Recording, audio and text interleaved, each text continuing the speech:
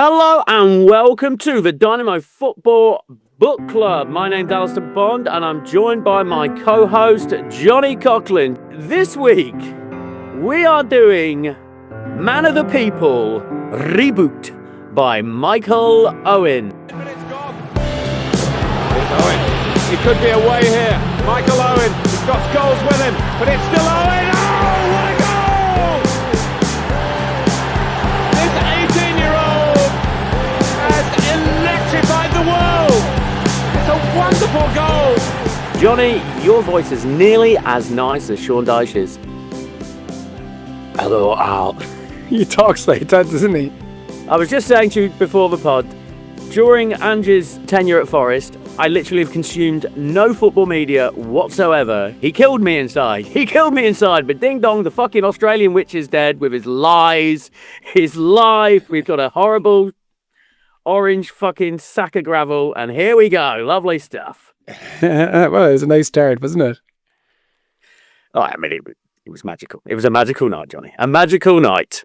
Or an afternoon for me whilst at work and watching it whilst people annoyed me. All right. It was that guy there. The guy who says, it's on the diagonal play, or whatever it was. Towards goal, low shoot, low kick towards goal. Dude, honestly, he was in the bar the other day and someone came in who'd listened to the pod and said, who was the guy? And I was like, shut your fucking mouth. Shut your mouth. Okie dokie. Johnny, do you think Michael Owen has ever lit a cigar with a £50 note? Well, I'm going to say no then, okay. I think he has, Johnny. I think him and his dad, Terry Two Jags, sit around like smoking cigars, which they've lit with a burning £50 note. Yeah, okay. And I've got another thing to say to you, Johnny. I remember after one of our contemporary footballer books, and I think I'd been very negative. And I think you told me off air that your dad said, well, sometimes it can get a bit boring if you just slag people off if it's all negative. So, for Michael Owen. Oh boy, Johnny. Oh boy. Let's look for the positives here. Fucking hell. My grandma used to say, if you got nothing nice to say nothing at all. So, A, there'd be no book, because got nothing nice to say, apart from about himself, is Michael Owen. And yeah, this is going to be a challenge to try and remain positive. I checked on my Kindle, Johnny. The word resentment pops up 6 times in this book. Just on my dad, he actually I spoke to him the other day and he'd listened to the Castle de Sangro one and he said, you said that's the best book you've read. It was also your best episode. Because when you like the book, it really comes across in the episode. So I think we're probably in trouble here. Eh? No, because today is Opposites Day. This is a fucking great book. Okie dokie. So it's called Reboot. Reboot. It has a slashed O on the O in boot. Why? I don't know. It kind of looks like a dystopian novel about some hooded monk who's rebooted his life. It's a weird cover. He looks like a Jedi or something. He's got like a kind of the hood on that you might see a Jedi wearing if they were setting off into the desert or something. The whole thing is very strange. Okay, question for you. Who's more boring, Michael Owen or James Milner? Michael Owen. I guess Milner is boring, but in a nicer way. Like, I've disliked some of our previous, the authors of some of the previous books. I think this is the first time I felt sorry for one of them. Yeah, this is a man who does not wear his genius lightly. Jeez. This is a man who is so bitter and so jealous, so amazingly jealous. I've got a list here, his shit list of people he really slags off in this. Can I say who's number one? Number one. Well, I mean, we know who it is. Let me give you some quotes right now. Like, he let every single one of us down. He's childish. He's immature. He's petulant. I was arguably every bit as marketable as, and I'd have to live with the aftermath of his actions in 1998 for a lifetime. Fucking hates Bex, doesn't he? Oh, God, he really does hate Bex. But that's not who he hates most, I think. He does hate Bex. He absolutely hates Bex. And he tries to dress it up in, we were just different. We moved in different circles. He really resents the way Beckham became. Because I guess there was a brief flicker where that was Owen, right? He was the darling. It was supposed to be me, David. It was supposed to be me. You vile Simeone flicking scumbag. You know, it was supposed to be Owen, but it's Beckham. Beckham is the chosen one for the English people, English media. But the one he hates most is Shearer. He fucking hates Shearer. Well, Shearer is where his passive aggression really comes out. Like, I was scratching my head at that one. I was bewildered by Alan. Yeah, they used to be mates. In fact, when he went to Newcastle, he lived in his house with his family. That was crazy. Yeah. How big are these people's houses? Just come and live with me. Absolutely. Come and live in my house. Come and live in my house. You can stay in the Your whole family. Yeah, Jesus Christ. That's what I mean. It's one thing. We could all have someone stay with us, but the whole family?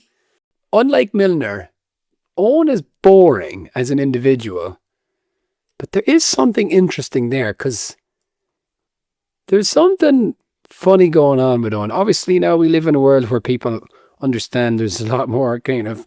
I guess I'm talking about neurodiversity. Michael Owen is weird. He is weird, right? Well, here's a quote. There's a cold darkness in me. Yes. Yes, there is.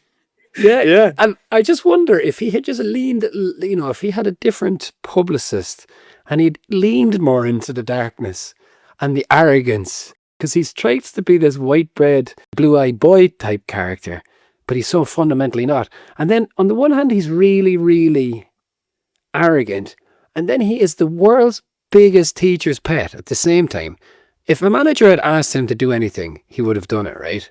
He's complicated in a way that I was kind of not expecting. I think he's got kind of two sides to his personality.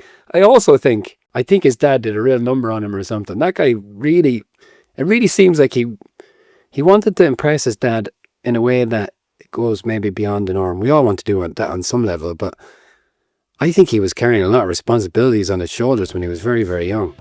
Let's start with this, Johnny, because, Owen's childhood. Let's just jump into the whole book.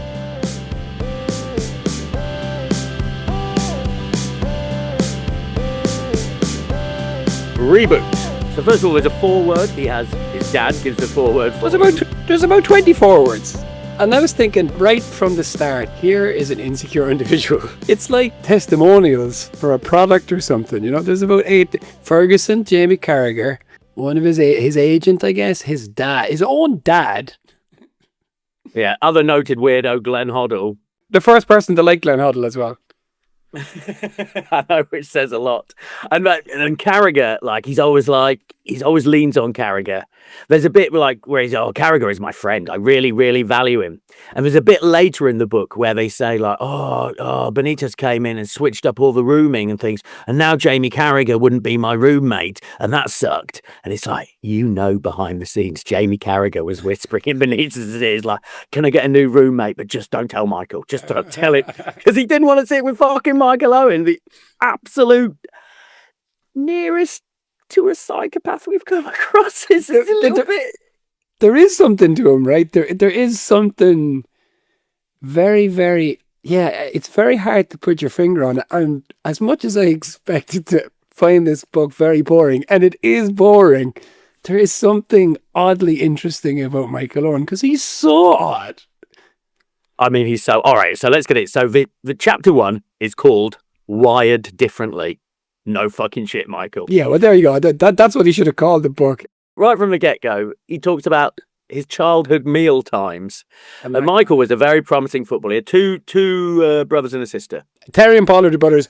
2 sisters, not named. Don't worry about them. Right, so Michael really loves his dad. Really, really loves his dad. And fucking hates his mum. And... he really does. He really does. We talk about childhood dinner, and how about this? Every week, like clockwork, my dad would wake up in the morning and get a lovely fat bit of steak just for me. And we'd sit around the dinner table, and I'd be eating my steak, and my brothers and sisters would be eating beans on toast. What does that do to kids? It's stop. Michael eats better than you because Michael's better at football. Wow. Yeah, amazing. Do you remember? He said so. They had money troubles, and this is why I think he was under a bit of pressure from a very young age to succeed. He talked about bailiffs coming, hearing his parents arguing. I guess this is not uncommon, but I think he did feel pressure, and he said that he and his mother used to borrow his underpants. That's when I thought I might enjoy this book, when I read that line. But do you think it's because he had the best underpants? Yeah, he got the Calvin Kleins and everyone else had rags. Yeah, it's not always a thing of poverty. My wife steals my underpants all the time, drives me fucking crazy. I looked it up. There's a thing called parentification now. I was asking the internet, asking an AI, what does it do to kids to have this pressure to succeed? Now, in the case of Michael Owen, obviously he did succeed, and it was probably quite clear very early that he would. And there must be so many people in football who have that pressure and don't succeed, but it's pretty fucking rotten. Well, that's it. He's very conscious of the good work he's done for his family. I mean, first of all, just to go back to his mother, she worked 2 jobs, was never around trying to keep the family afloat, where his dad was off fucking gambling, playing golf, and watching young Michael do cross country. And he's like, I wouldn't change a thing about my dad. He's perfect. Just fucking lazed around while mum did all the hard work. Whilst you were, and I quote, unforgivably vile to your mother. Like, Michael. But can you imagine just how picture the scene around the table, this weird combination of arrogance and teacher's pet characteristic to him. So he's sitting at the table, he's chomping this steak, and the rest of them are eating beans on toast. And you can just imagine this smug head and thinking that this is totally and utterly how things ought to be, and everything was as it should be. This is because I've earned this. There's something very, very strange going on with Michael Owen. All right, so yeah, he is wired differently. He talks a lot in his book about a shit filter, where I think he literally says at one point, I'm the most mentally strong man in the world. Well, I don't know, because his shit filter seems to break quite a lot. He says, I'm immune to criticism. Yeah, apart from when you're not, and then you take it very, very personally. This was a funny quote. In my post-playing career, the ability to banish negative opinions and criticism has been an important attribute. Yeah, no shit, Michael. Because it's all negative, isn't it? I remember seeing him. I think I may have said this before. I was watching a show and he was on a panel and he looked like a Saturday night entertainment host, a bit porky. Do you know who Stephen Mulhern is? He looks like Stephen Mulhern. And I was like to my wife, it's like, see that fat man there? He was once the fastest man in the world. He would have beaten Usain Bolt over 20 yards. And she's like, no, I don't think so. It's like, honestly, it's difficult to believe that fat dickhead was once one of the best footballers in the world. Ooh. Yeah. In my mind, I never had a bad game, he says. The whole last third of the book is him describing all the bad games he had. It's like, it is actually quite, it's quite sad reading in some parts of this, because there's something. So Michael, have you come across this concept before? Michael Owen, he didn't talk about this, he just mentioned it. He said, it has pride of place in my trophy room. He has a room in his own house dedicated to trophies. That is so crazy. Is that common with people who are successful in sport? I know they have it in stadiums, but it's like you go over to Michael Owen's house for a drink and you have to do an hour-long tour of his fucking trophy room where he goes through all of he talks in detail about every goal he ever scored and tries to just make sure that you understand why every criticism of him was actually wrong, and this is the reason why. He's absolutely nuts. Can I just talk about the Apple Core story? It's the first story in the book, and you had said it before.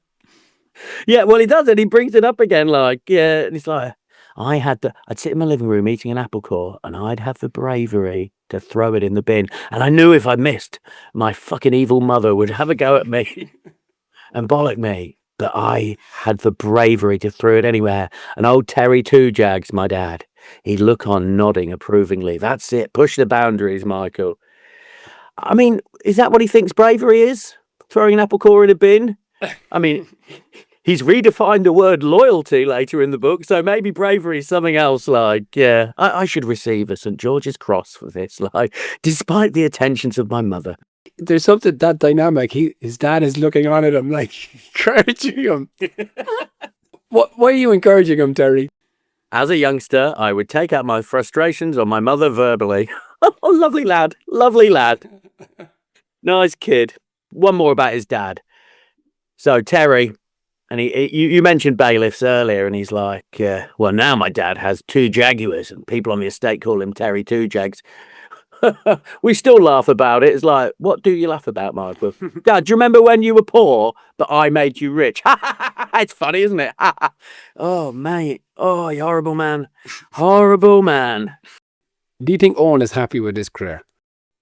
No, I think he's absolutely miserable. I think he's just absolutely burning up with resentment.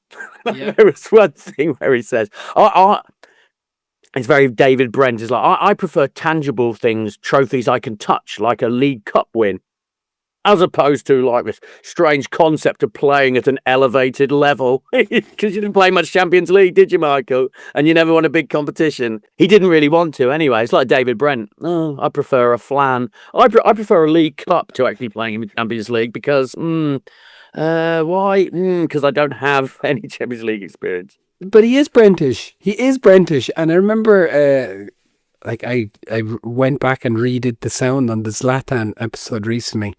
So I listened back to it. I remember listening to myself say that when you kind of realize that it's kind of a literary kind of Zlatan, not a real book. And that's the way to read the Michael Owen book, is just imagine him as a comedy character.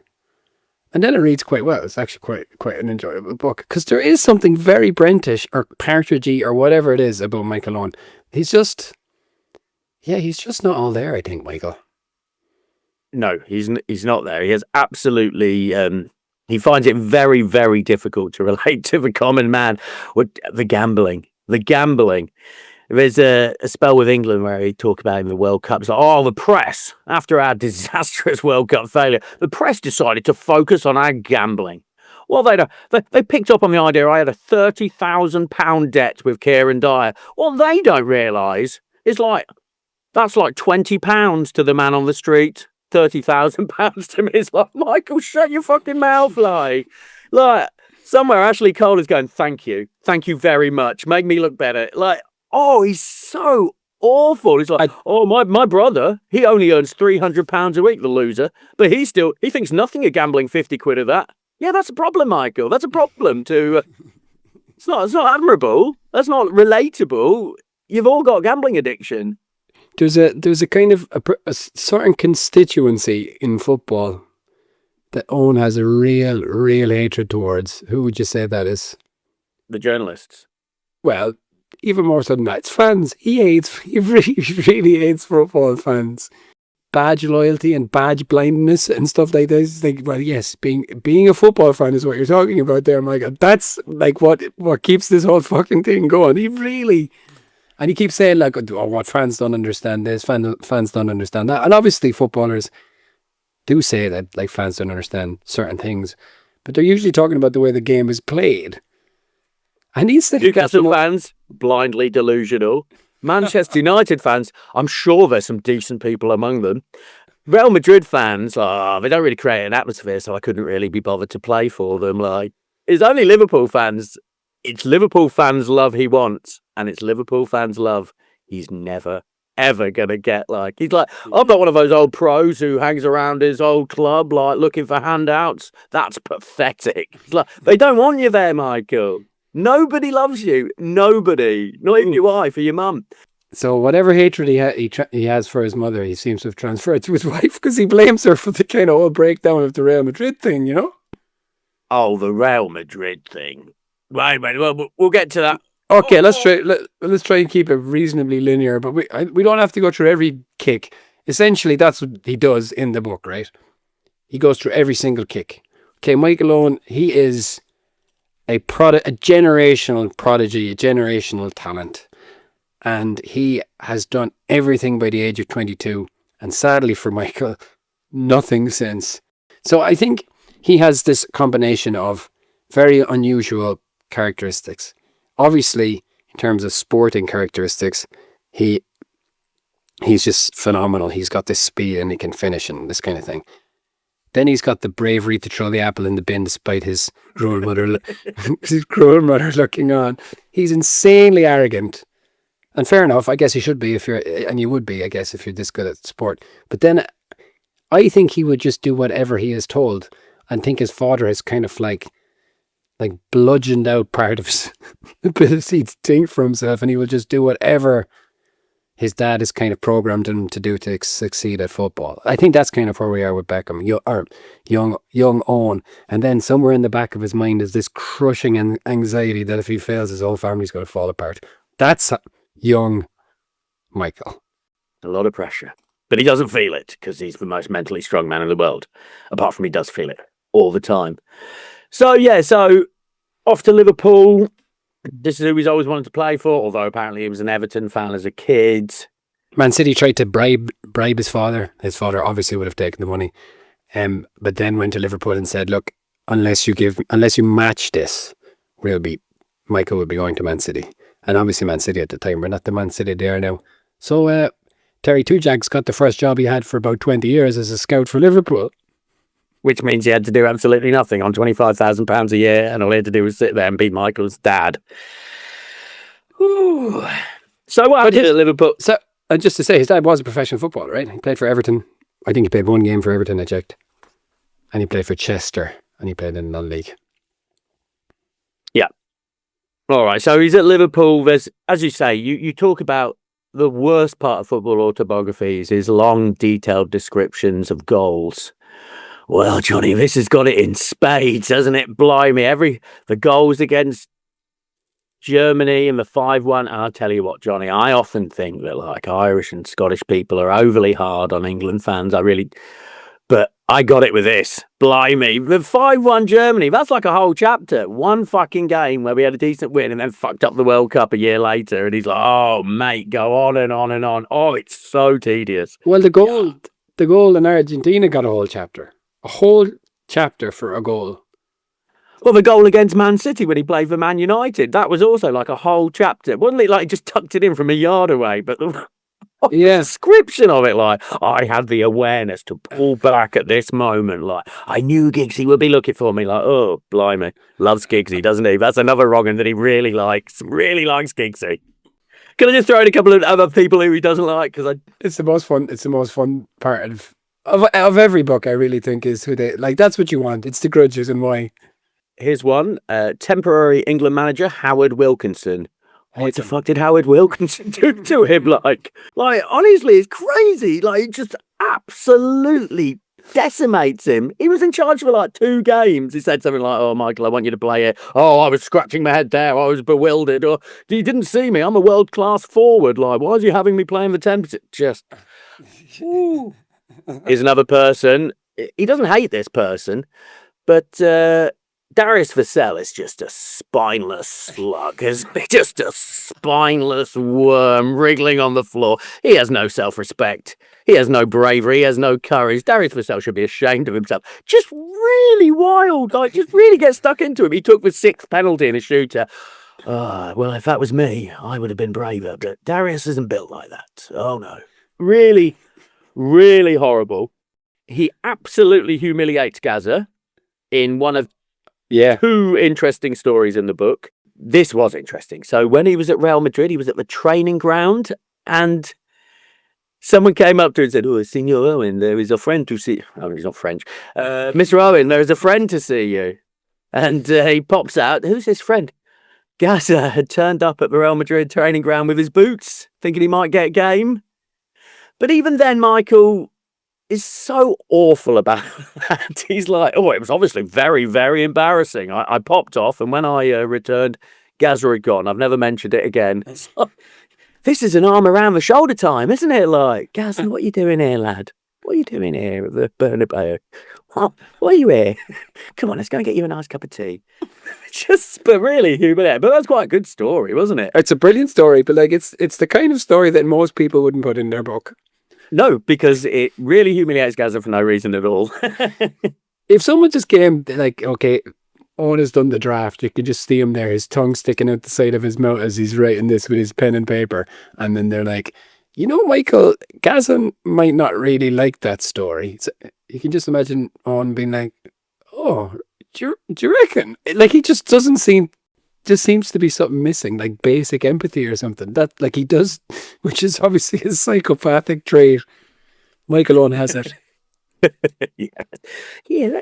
We're amateur psychologists. I think that'd call Michael Owen a psychopath. I think that's fair.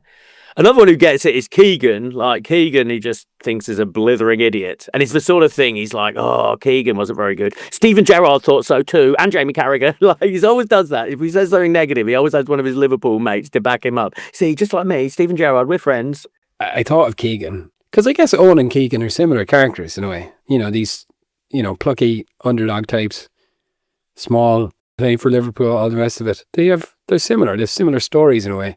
And by God, are they different individuals. Keegan, just the nicest man. Maybe, like, of all the books that we've read, the nicest people have been like Keegan, Puskas. But certainly Keegan is memorable for that. I guess when he won the Ballon d'Or, Owen, he was first since Keegan, wasn't he? Because he was 79. God, are they different. Just totally different. Yeah, that's it. Kevin Keegan is someone who... Well, he just embraces life. Like, he went and drank the water in Spain for 8 years and enjoyed himself. Well, let's get on to that. Okay, so he wins a bunch of trophies at Liverpool. They win that quadruple. He calls it 5 trophies with my Ballon d'Or. Yeah, the plastic treble. And he's like, how could you do better than that? Well, by winning an actual significant trophy. Premier League or the Champions League. That's how you could, rather than winning the FA Cup, the League Cup. Oh, the FA Cup final. I did look back at those goals, though. You didn't need to, because he brought them about 12 pages of length and his fabulous skills. That was very tedious. But then he goes into that thing, I wasn't sure if Liverpool really wanted me. Oh, no, that's why I went to Real Madrid. Oh, I was crying when I went to Real Madrid. Oh, I didn't want to go.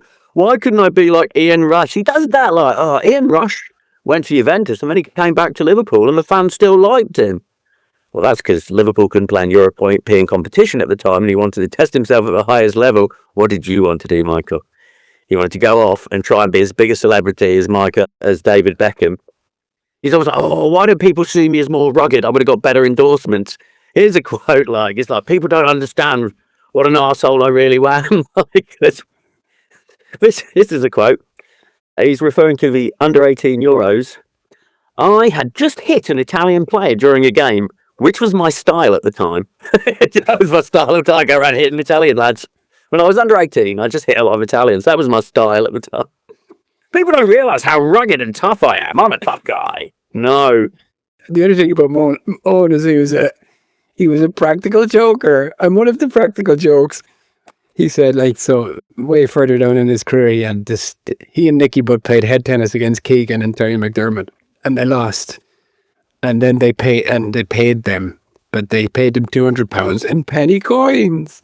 And then he said, we had all the lads come in and look at our handiwork. And there I'm just looking at Michael Owen bringing all the players in to see this mountain of pennies and explaining to them why it was so funny, This is, if you look, it's a lot of pennies, which is inconvenient. And also, to go about this ruse, he's like, I had to give him £200, but how would I do it? This was a job for Terry Two Jags. So he sent his dad. He sent his dad around all the banks in town to get penny pieces so he could just put them on. See, this is the thing. Michael Owen would not be able to recognise a funny story if he saw it because that part of his brain is missing. I think it is. Yeah, golly. Yeah, Keegan, yeah. Keegan beat him in head tennis, though. That was quite enjoyable, wasn't it? Yeah, they were shit hot, and also Nicky Butt is another person who he fucking loves Nicky Butt. However, Nicky Butt did travel on the helicopter as much as he did, so he should also be vilified by the public for taking that helicopter as much as Michael is for owning it. Yeah, so this is later on where he's responding to criticism from Newcastle fans when he doesn't give a shit, which he definitely doesn't, and he's just flying in it. His wife had to fly in and out of Manchester because, crikey, an hour and a half drive from Newcastle, that would be too much. Yeah, and that's it. And he's like, the fans don't realise that although I bought the helicopter and had a pilot, sometimes Nicky Butt would travel in it, so he's indulgent too, isn't he? No, he's not. We regularly dropped them at an aerodrome near his house. That bastard Nicky Butt, hedging a lift on a helicopter, good. Owning a helicopter, bad, Michael. And that's just like, oh, I went out and despite my immediate salary, I bought a Ferrari. My wife was furious at me, but she's travelling in it now. She sits in the passenger seat, so in your face. Awful. Okay, so yeah, quickly goes to Madrid. Oh, yeah, how heartbroken he was to leave Liverpool behind. How heartbroken. Oh, he cried all the way there. I don't know if I can do it, Dad. He did do it because of lovely, lovely money. Lovely, lovely money. So he goes to, and this is the most pathetic thing I've ever seen. So first of all, he starts off by slagging off the Real Madrid fans, and he's like, oh, they don't really get behind the team, so why should I bother? But he just couldn't live in Spain because he was put on it in a hotel in a business park, and his wife was trapped. She was living like a prisoner. He'd go off to training at 8 o'clock. His wife was trapped in the hotel. There was no way she could leave. She had no form of transport. Yeah, I had no idea, Johnny, that they didn't do car rentals or taxis in Madrid. That they're not available, apparently. So poor Louise Owen was just trapped like a prisoner with her eldest daughter, who she loves so much. And yeah, I mean, how could they possibly live in a situation? He'd be like, it's like, I had a good day at training, and then I wanted to play golf with the lads, but I looked at my phone, and there's like 10 messages like, when are you coming home, Michael? When are you coming home, Michael? I'm trapped here in the hotel, in the luxury 5-star hotel in the centre of Madrid. I can't get out. Well, obviously, I couldn't live like that, what I was doing to my family. Come on, Louise Owen, get a fucking taxi. Just go get some culture, eat some tapas, go to a fucking art museum. Jesus wept.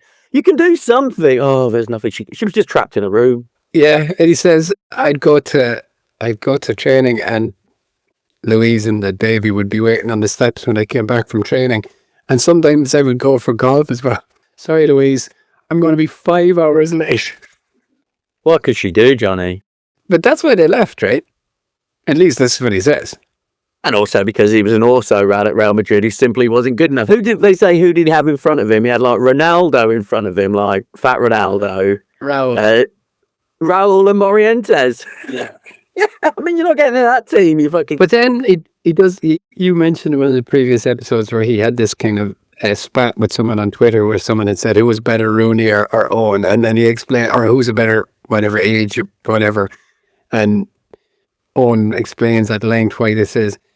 But then he just rattles off stats to justify his time in Real Madrid. I was actually a lot better than everybody seems to remember. And then I scored this amount of goals, I played this amount of games, I started more games, and I was so blah, blah, blah. I was like, come on, Michael.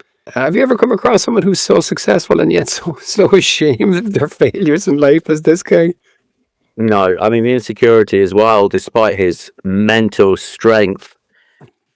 So I've been around Madrid for a year, so I just thought I'd go back to Liverpool. But they didn't want me. They won the Champions League the first season he went away, like, and that killed him more than anything, right? That absolutely decimated him. Oh, he says, I was jealous. Some Liverpool fans won't want to hear that, but I was jealous. Couldn't they have waited 5 years to win the Champions League? But no, they had to win him next year just to spite me. I was happy for some of my friends, but I must admit, I was jealous. Yeah, he was absolutely devastated him, I imagine. And it was Graham Souness. Graham Souness is the one who stopped him returning to Liverpool by putting a £12 million bid in. 16 million, was it? If he hadn't rang me up to ask me if I wanted to play for Newcastle, it wouldn't have occurred to me how much money I could have earned at Newcastle, and I would have gone back to Liverpool. But he wouldn't have gone back to Liverpool because they had Fernando fucking Torres. He wasn't going back and be like, oh, Liverpool just put in 8 million for me, but Real Madrid wouldn't accept 8 million. I was like, would it be 12? But we'll never find out. By the way, the 16 million they got for Michael Owen, they spent on Sergio Ramos. Decent upgrade, Real Madrid. Money well spent there, lad. Yeah, it's amazing, isn't it? As opposed to an injury-prone psychopath striker. He really didn't want to go if he didn't want to go to Real Madrid, he really didn't want to go to Newcastle. God almighty. I guess he reached such heights at such a young age that everything thereafter was kind of below him, right? I was undoubtedly lowering my level at Newcastle with their blindly delusional fans. The only thing that makes them a big club is their big stadium and their millions of fans. Well, that does make them a big club. Look. Yeah. No, he was there during the Like Freddie Shepherd was still in charge when he arrived, but then there was Mike Ashley took over. But there's very little on that, so that's a shame. I was hoping to get a psychopathic point of view of what happened. I wouldn't have been surprised if he was saying how wonderful Ashley was, because he's such a contrarian, all Michael. Oh yeah, I bet they get on. But yeah, I mean, there's like a whole chapter about how much he didn't want to go to Newcastle, but he does because of lovely money again, like 110 grand a week he's on, like 20 years ago. That's big money back then. Oh, but he just did not take it seriously. So yeah, he lived with Alan Shearer for a bit, and then they got a house, but his wife didn't like it. I don't think Louise likes change very much, Louise Owen. So they didn't like that. So then old Terry Two Jags comes up, and they just live in a house and go and have pub lunches all the time and gamble all the time. That's what they did, just gambling with his dad, eating pub lunches. He's like, maybe I should have taken it more seriously. Yeah, maybe you should, Michael. He really gives up at Newcastle, right? He just, fuck it. Don't care anymore. He banishes Louise back to Wales. He lived in Wales is he Welsh? Kind of Welsh, right? Yeah, he's a bit Welsh, yeah. I don't know if he was born in Wales, but he said he lived in Wales. He said he lived in Wales his whole life. But anyway, Louise is banished from Newcastle back to Wales, and Terry Two Jags comes up. But genuinely, at this point, Johnny, he's like, this club is beneath me, so why should I try? That's his attitude to this. He talks about at Watford where the fans are booing him, and he's like, the love affair, if there ever was one, was over. There was never a love affair. No one ever liked you. No one ever liked you. But we've never come across this in a book before. And bearing in mind we have read books by Zlatan and people like that, where he says, I was better than all the other players there. Well, steady on, Michael. Show a little bit of humility, Yeah, and by this stage as well, I'm not sure that's actually as factual as he thinks it is. I mean, maybe 5 years earlier, he would have been head and shoulders. He was at the fucking club with fucking Alan Shearer. Fuck off, you're better than Alan Shearer. You're not. He just doesn't know how to not say the quiet bit out loud. That's the problem, Michael. They're all presumably, football is full of absolutely crazy, arrogant people. They have to be. But a lot of them seem to be able to just keep that under wraps when they're writing books.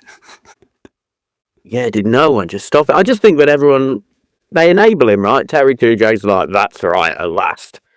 Get your point of view across. That bloody Beckham's been coasting it for too long. You're the real hero. Let's set the record straight, Michael. When everybody has read Reboot, I think everything will change again. It'll go back to the way it ought to be, how it was before 1998. Yeah, you'll be getting those big endorsement deals in, Michael, you rugged sod. Yeah, so then we have him going to Man United, and we have the famous brochure. The brochure, if you buy a delicious luxury Michael Owen, this will take you into the future. Here's a brochure which obviously embarrasses him because it's very embarrassing. So desperate at this stage. And he gets for... Who was in from? It was Everton were in from, but then, yeah. Oh, yeah, and then he's like, now I had a Hobson's choice, didn't I? Would it be Everton or would it be Man U? Which one would Liverpool fans hate more? Don't pick. Which one would be worse in the eyes of Liverpool fans? Man U, surely. Right, surely. Yeah, I would assume so, but maybe if you live in Liverpool and you see more Everton fans, maybe hate Everton more. But yeah, I would have thought United would be worse. Yeah, I wonder. I don't know, but I would have said, yeah, to go to a successful... I mean, just going down to your little brother, that's fine, right? Yeah, probably. Yeah. It's like if you have a girlfriend and you dump her and then she goes out with your little brother, that's nice. But if she goes out with your better looking older friend, awful. And great analogy there, Johnny. I've not really thought that through. I'm going to be coming back to good looking women analogies real soon as well, like when we get onto the concept of loyalty. Just before we get to United, let's talk about the Alan Shearer thing very quickly. So, oh, yes.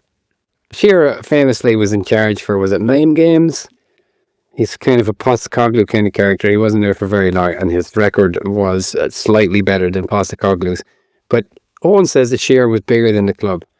And obviously when people say that, it's not a nice thing that you hear. They're not saying it in a nice way. And he was surrounded by people that were indulging him, this Paul Ferris character, being one. But this is this whole idea that Owen had essentially was unwilling to play this last game because he didn't want to get injured, and that would jeopardize him finding a club the year after. And then Shearer essentially kind of blamed Owen and has had a whole problem with Owen since, for the whole relegation and for Shearer's short-lived managerial career. That's the whole shtick there. Yeah. I think it's perfectly feasible that Shearer asked him to play and Michael said, no, I want to go to Manchester United. I want to get out of this delusional, stupid little club, embarrassing little club where I've lowered myself to a point I never thought I'd have to. Yeah, I certainly won't play in your relegation battle game. I think that's what happened. I don't know. Shearer always strikes me as a reasonable enough man. Well, yeah, that's what Michael Owen thought for a long time, until he refused to play for him and said, "Where's my helicopter? Get me the fuck out." He says, "I had already decided that I wasn't going to play in the championship," or something at one point, you know. Yeah. You talked about Stuart Pearce, and the reason that Pearce is loved so much is because he stayed with Forest because when they went really bad. Like, imagine how much like Juve fans, for example, love Buffon and these kinds of characters. Because he is this kind of glib character, he doesn't understand that. Again, I think it's because his basic lack of empathy and understanding of people, you know. Well, this is where I'm going to bring in my analogy again, right? So he goes like, "Oh, people talk about the likes of Paul Scholes and Ryan Giggs, who stayed at one club men, but that's because Manchester United were really good and they were winning things. So it was easy for them to be loyal. And this is what I mean. It's like, if my wife had been better looking, then I wouldn't have cheated on her. But she wasn't. So what could I do? What could I do?" He goes, "Oh, being a footballer isn't about this mythical concept of loyalty. I decide what loyalty is, and I am loyal to whoever pays me best." Yes, I am. But he's not, is he? He's not loyal to whoever pays him best because he hates them, like, thinks he's above them. It's wild. He just doesn't understand. He doesn't understand football fans. He doesn't understand how he appears to the man on the street with his fucking nuts money. Yeah. How many times can we say he's crazy? But he's kind of crazy. But okay, if you were to be a Michael Owen fan, if there's someone out there who is a Michael Owen fan, it's not his wife Louise, it's not his mother. I guess it's Terry Two Jags. So this is the moment of Michael's redemption. He arrives at Old Trafford, a team that's winning things, a team that's in the Champions League, that will go to the Champions League final that very year. So Michael has returned. He's back where he belongs. This is his moment of redemption now. This is, in the feel-good story of Michael Owen, this is the fitting denouement. Not the year after when he only starts once for Stoke. That's not the fitting denouement. Yeah, his whole Manchester United part is just basically a description of that goal he scored against Man City. That's what he did at Man United, right? And he gets some nice words from Ferguson. And again, he absolutely loves Alex Ferguson. He loves Nicky Butt. He loves Alex Ferguson. And he loves Ryan Giggs. He loves Paul Scholes. Who doesn't? And they also talk about how they gave him £100,000 loyalty bonus, even though they didn't need to. And he's like, "Oh, that was a class act from class men. David Gill, good man, gave me 100 grand. Wonderful man. I really like him." It's just, class act, Man United, give me 100,000. They didn't have to, but they just knew that I deserved it. A lovely £100,000 for being useless. Yeah, so that, and then Stoke. Why did he go? Went there. He's like, "I like Pulis, but I think he's an idiot. And why did he sign me if he wasn't going to play me?" Yeah. And then there's two more chapters. One is about horse racing. God, horse racing, I think, is the most boring thing in the world. For me, Johnny, it is so tedious. He sets up his own stables. It's so boring. He has a horse called Brown Panther, which is literally the shittest name I've ever heard for a horse. Fucking right. At one point, the Queen bollocks him at a race meet. That's quite interesting. She tells him to put his hat back on so they can all fit in a lift. Sorry, just on Fergie. He said that Ferguson would always bollock Wayne Rooney. Said if he was trying to send a message to Nani, he wouldn't bollock Nani. He seemed to understand the players to bollock and the players not to bollock. So he would just always bollock Rooney. Poor Rooney. He said he would bollock Rooney, he would bollock Giggs, and he would bollock Ever because they could take it. I never saw him bollocking Paul Scholes, Edwin van der Sar, Rio Ferdinand, or even me for that matter. Not that means that they couldn't take it. One more, which actually was very interesting, and it's about when he's on England duty, and they're playing in Russia, and they're at an airport in Russia, and there's apparently 12 planes in front of them, And like the pilot comes on, is like, I'm sorry, folks, but we could be in for a long wait here, like several hours potentially. And he says, John Terry gets on his mobile phone, rings up Roman Abramovich, says, come on, Roman, sort this out like for us. And within 10 minutes, they're off the plane. Roman puts in a call to Moscow Airport, says, get those fucking planes out of the way so John Terry can get off the plane. Ooh, that's some power, isn't it, Johnny? That is proper.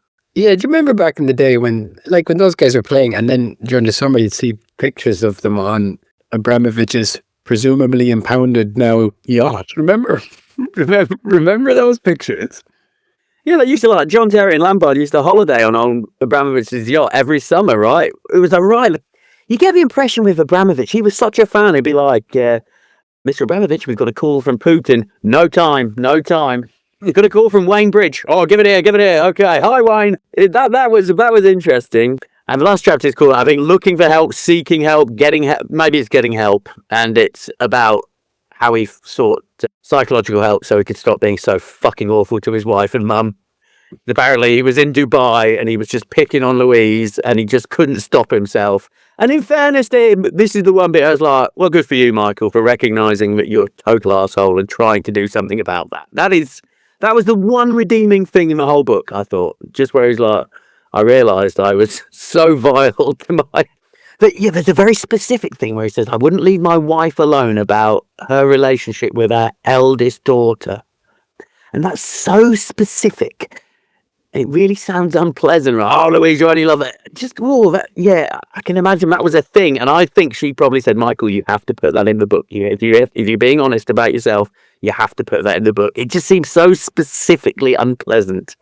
You know, he says a couple of times in the book, because this book is all about honesty, so Louise, I'm sure she knows Michael quite well, would realise that if he said something like that, then he was therefore obliged to say anything that was honest. So she probably could manage, because he's just got such a... Well, I said it was about honesty, so I'm going to be honest, and I'm going to say this thing about gaslight. You know what I mean? Like, it's just very hard. People mistake honesty. You know, it's like on Big Brother. It's like, I'm just someone who says what he thinks. Like, that's a good thing. It's not a good thing. Don't just say what you think. Keep it aside. You can't just go around like, I'm just honest, right? I just tell people what they think. You're fat, you're ugly. Like, no, don't do that. I'll give you 5 quotes from Michael Owen. Real or not real? It's a good run, but it's a poor run, if you know what I mean. Real or not real? Footballers these days often have to use their feet. Real or not real? Real. It's hit the facial part of his head there. Real or not real? That's not real, is it? Because he said he hits the head part of his head. That's a fantastic penalty, but he'll be good at it when wide. Real or not real? Real. What a shot. That's completely unstoppable, but the keeper's got to do better for me. Real or unreal? That's real. When they don't score, they hardly ever win. Real or unreal? Yeah, that's real. All of them are real. He actually said that one about the facial part. He mentioned the facial part of the head in the actual book, but I got that one from the Telegraph. It can't be, presumably it is real.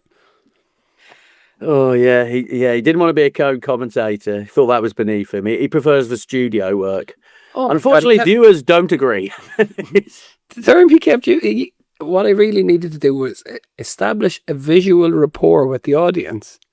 He also said at one point, when he was injured in Newcastle, I think some of the fans were angry at me because I didn't stay in touch via a weekly column. That's not how you stay in touch with people. This guy is absolutely totally bonkers. Anyway, that's Michael Owen.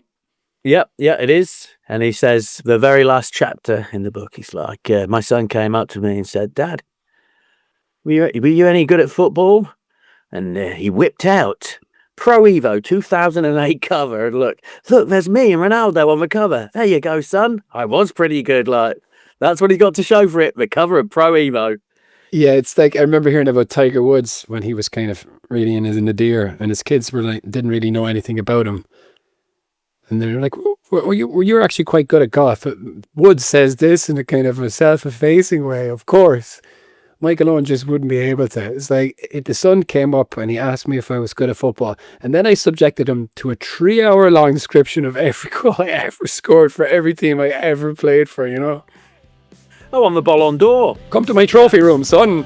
Come to my trophy room.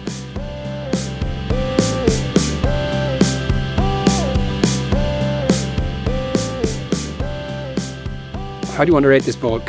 Helicopters, facial parts of heads? Vile abusers.